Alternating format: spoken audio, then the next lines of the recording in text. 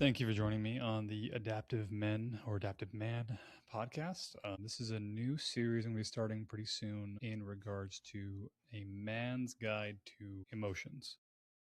And the reason I'm interested in talking about this is because I've not seen a whole lot of content online talking to men in a way that really spoke personally to me, of a more scientific background, more of an engineering, my cat's screaming at me, engineering type background, in a way that unpacked it to understand what was happening, why my emotions were important to actually acknowledge and listen to and actually work through, rather than it being a very frilly, foo-foo kind of, get in touch with your feelings and your inner child kind of thing. More from a science-based perspective, more from understanding what emotions are, why is suppressing them so damn dangerous, why do people look down at, what don't we understand about them, almost like an emotional guide for emotions for more science oriented people like myself. Future episodes, if you stick around, we'll be talking about things like specific emotions, guilt versus shame, fear, confidence, loneliness, anger, and depression, why they evolved the way they did, why they're misaligned to the modern age, and what you can do to use them to your advantage rather than repressing it.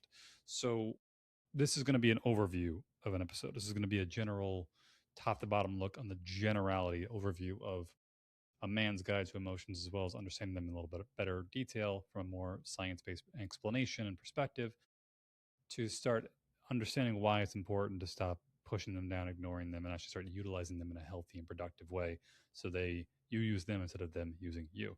So, four big questions we're going to start unpacking this episode.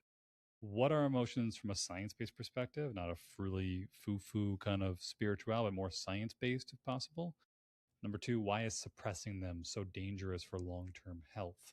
Number three, why does society seem to look down on men having and expressing emotions in the first place? And number four, what is a healthy way to actually engage with and properly navigate your emotions? So if you're tuning in, I appreciate it. Without any more hesitation, let's dive right in.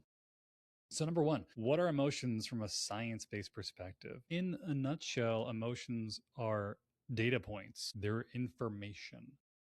Emotions are faster than logical thinking responses to potential threats, not actual threats, but potential threats in the internal and external environment that our ancestors evolved long before modernity came about.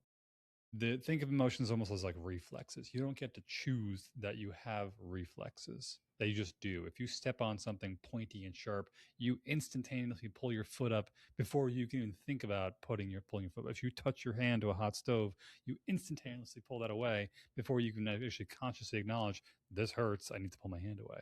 Emotions, you don't have a conscious ability to have emotions. You don't get to choose that you have an emotion. You do get to choose what you do with your emotions. This is a big, big mistake. I think a lot of people in the modern age think they feel and believe around these emotions, is that you don't get to choose that you feel them. When someone does something that causes you to feel anger, you don't get to choose that you're angry. Your mind and your body just generates an anger response. What you do get to choose and control is how you're going to express and deal with and tolerate and metabolize the anger or the loneliness or the depression or the grief or the joy or whatever it may be, or guilt or shame or things like that. A fantastic book, if you really want to do a little bit more deeper dive into this, is Viktor Frankl's seminal work, Man's Search for Meaning, in which case Viktor Frankl was a man who actually survived the Holocaust, literally. He was actually a Jewish man who survived the Holocaust through nothing short of pure luck, but also a large portion to do with conscious perspective and willpower in the face of overwhelming odds. That he came to the conclusion afterwards that the people who survive are the ones that basically acknowledge that even though things were terrible and I couldn't control what was happening, I could control to some degree how I responded to what happened. And to even look back even further into an evolutionary perspective, even like deep sea crustaceans like lobsters and crabs are capable of expressing and demonstrating aggression and anger in a way, or even fear. Just to give you an example of like how old emotions are, they are very, very, very, very old parts of our biology and our physiology. And essentially, at the end of the day, without going into too much detail, your brain is a prediction engine. Your mind is constantly trying to anticipate what's going to happen next And sometimes your emotions are a way of saying, you need to be ready for this thing to prepare for it. You need to have a little bit more energy in your system because something bad might happen. You need some more energy, more anger, or something tragic just happened. You're feeling some sadness or grief or fear. There's a whole, or maybe you think something bad might be happening. You feel fear. It's your brain basically trying to prepare you for what it thinks might be happening next, as well as going through the process of updating what the actual reality as unfolded in front of you is. And things like grief, for example, are a good example of like almost like an internal mental update of reality. Grieving, just for simplicity, grieving might be the way of thinking about how when you think certain things are a certain way and then they're not anymore, your brain has to update that version of reality internally. This is going to be explained on dramatically in a future episode, but for the time being, the general sense to understand is that emotions are designed to keep you safe in an environment from an environment that really no longer exists. Emotions are not always true, but they're not always false either. And so sometimes you can have false alarms, you can have anxiety, you can have fear, you can have guilt over something that you really don't have to be anxious about or fearful of or guilty about. But again, these emotions evolved in our prehistoric times mainly as a way of keeping us alive, in order to basically navigate a very threatening environment that basically no longer exists to the same degree as it does. But the brain is very good at identifying potential threats, but not actually identifying exact proper threats. So, in a nutshell, emotions are just information. They're nothing to be feared of, or nothing to be pushed down or ignored. I think there's something wrong with you because you feel fear, or because you feel guilt, or you feel anger, or sadness, or grief. There's nothing wrong with you. It's just a thing that your brain is trying to connect with you to say this is something that might be worth looking at. And even if it's not, you still don't want to just push it down and ignore it, because in the future you might actually want to listen. You may be able to just differentiate between the two. Number two, why is suppressing them so dangerous for long term? A big thing to understand about emotions that really helped me quite a bit is that emotions don't go away just because you waited them out. They don't go away just because you managed, if you're feeling sad and you finally wait until that sadness goes away without you actually letting yourself cry openly or do something to express the emotion openly, it's not going to just go away. It's just, what it ends up doing is just goes like, it goes underground. It sublimates. It sits in the back of your mind, sits in the back of your head. There is no shortage of physiological and psychological conditions that are quite literally linked to emotional repression and suppression. Suppression being the active, conscious act of trying to, whenever you feel sad, there's a lump in your throat, you're just sitting there, just taking deep breaths, trying to push it down because you don't want to feel sad openly in public, or because something anger inducing habit or whatever the emotion was, the conscious ability of your brain to actually push it down. We actually do have the capacity to contain and repress our emotion or suppress them intentionally. Repression is more unconscious. Repression of emotion is a different problem entirely. But generally speaking, emotions don't go away just because you waited. Something like indigestion might go away because you waited because your stomach can process it.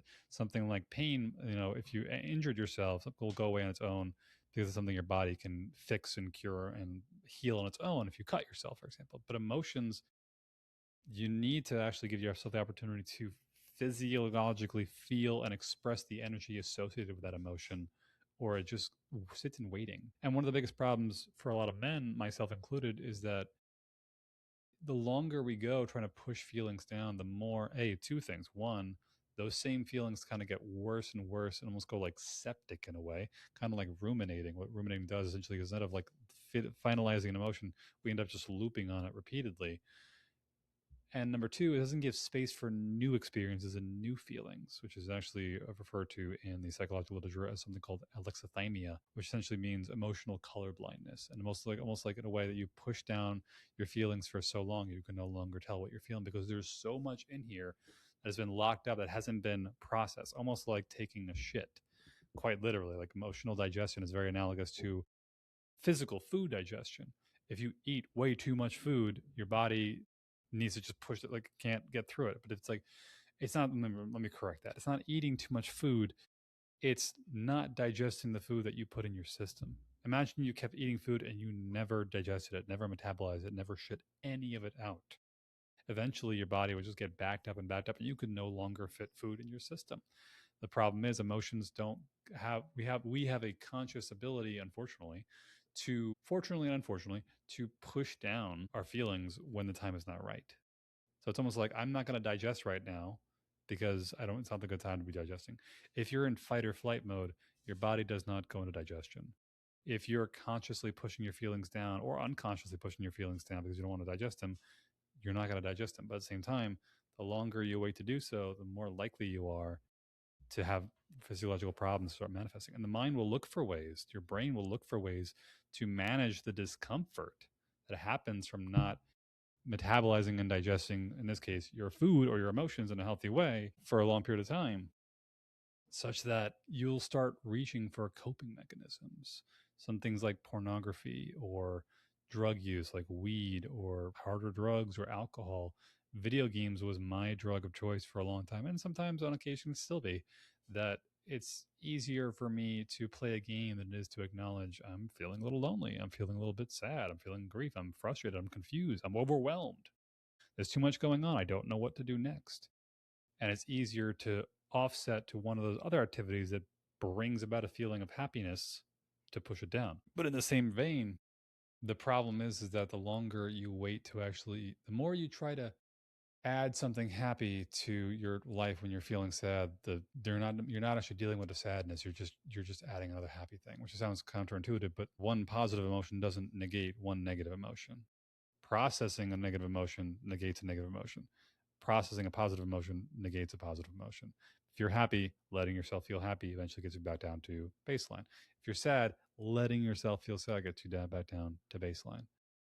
And so in the modern age, even then, there are some emotions that may be transitory, but some emotions that may be telling you something. So if you're dealing with things like isolation and loneliness and you're feeling it in a way, that might be just your white body's way of saying like you're existing in an environment that's not healthy to your baseline health. It's like eating junk food repeatedly and constantly having indigestion. It's your body's way of saying I don't want you to eat this anymore. If you're feeling sadness and loneliness and in isolation, it's your body's way of saying you're not supposed to be isolated and alone. That's why you're feeling this right now. Number three, why does society seem to look down on men having and expressing emotion? This is a big, big, big topic in today's day and age, but most of the biggest problem I think I've seen across all the men that I talked to and worked with is that even women too, most of society makes the mistake of thinking that men should be as emotionally expressive as women and would allow it. But in reality, what most men need to do is to emotionally connect and learn to digest emotions with other men in a healthy way. It's not that men are not allowed to feel emotions, it's that we don't do a good job in a society of giving men spaces to properly digest. Like when you have indigestion and things like that, it's like you don't want to be when you have indigestion and you're just gonna be like ripping ass and farting horrible farts everywhere. It's kind of like what happens when you start dumping it on other people, like a bad fart from something that you ate that you know you shouldn't have ate, and just letting it rip into a room is kind of a way of going into a space as a man and saying like I am feeling sad. Y'all need to just help me deal with this right now. The problem, though, is that, again, generally speaking, a lot of places in society do not deal well with the emotional expressiveness of most men because most men have a larger capacity for emotional experience than most women do, which sounds ridiculous, but the idea is the intensity of the emotional response. When a man is angry, things could get broken. When a man is sad, things could get broken. When a man is really feeling a massive amount of intense emotions because of our physiological differences between men and women, it can be a bit more of overwhelming for other people to handle and hold on to. And especially in online spaces like social media, most of the discourse tends to favor towards female oriented expressions of emotions, where men might do it very differently than women. In previous eras, though, in previous times in history, long ago, not just the last 100 or so years, there was often a space in which these spaces in which men could connect with and digest emotions with other men. It could be engaging with other men in some kind of physical activity, like going out hunting together, going out discussing sweat lodges, just group sessions and ceremonies where other men would commune with and connect to other men to allow their get their stuff out in the open in a healthy way that in the modern age we've really lost touch with because a couple of reasons. One, a lot of male only spaces have been heavily shunned upon and turned into co ed spaces. and minus things like bathrooms, and even those are kind of up for debate nowadays. Number two, the pace of the world today is so much faster than it ever used to be. And so having time to actually sit down to metabolize and process and digest emotions and what we're feeling in a timely manner is just not there anymore. So consciously making a decision as a man to find a space in which you can connect with other men, connect with other people, to metabolize and start digesting what you're feeling in a way that won't increase further shame and guilt about what you're feeling, is part of the challenge and part of the process of dealing with your emotions as a man in today's society. Fortunately, unfortunately, just what it is for the time being. So, with that being said, number four, what is a healthy way to actually engage with and properly navigate your emotions? And same thing right here. I did the exact same goddamn thing. Is that number one, you should not be trying to manage emotional digestion in isolation. The biggest issue is that the trying to manage your own emotional digestion in isolation is the problem is that the system generating the emotions that is trying to adjust and metabolize them is also the system that's producing them. It's kind of like trying to use a water filtration pump to filter out contaminants in the water, that the pump itself is spewing contaminants into the water during the process that it's sitting in. It just reinforces the problem, just continues to make it worse, and doesn't actually get you anywhere. Finding someone that you trust outside of yourself that you can connect with to get a better read on what you're actually feeling. This could be a coach, it could be a therapist, could be a trusted friend or colleague, could be an elderly male, something like that, anything like that, to actually sit down with and try to like unpack what you're feeling, get at what you're feeling out into the open in a healthy way, is much more effective, because the problem is using the mind to fix the mind, at least in isolation, is a recipe for disaster. Trying to figure out, what am I actually feeling? Can I let myself feel it? And then how do I actually metabolize and get through it, is not something you really should be doing in isolation. So a healthy way to actually engage with emotions and get them out effectively is to actually find somebody else, ideally another man, perhaps a men's group. This has been one of the most fantastic additions I've ever had to my life, is men's groups, or even working with a coach, working with a therapist. Find somebody who can actually lovingly, in a healthy way, hold your feet to the fire of addressing the feelings and things that you're having trouble dealing with, in a way that does not invoke and produce more shame because you're having a difficult time in the first place. That being said, I hope this was helpful to you. I hope this is something that resonates with you, or maybe if somebody you know, you can be a huge favor. Share it with them, pass it along to a man you know, someone you think you can hear this. Let me know what you think in the comments below. I want feedback. I want to know what you like and what you didn't like. And I look forward to seeing you in the next future episodes when we talk about more difficult emotions, more complex emotions: guilt, shame, fear, confidence, loneliness, anger, depression, grief, all those things. I'm going to try and go into a little bit more detail, drilling down to each one to understand where do they come from, what do they do, why are they here, how do I manage them properly? Until then, we'll see you next time. Mike Reed checking out.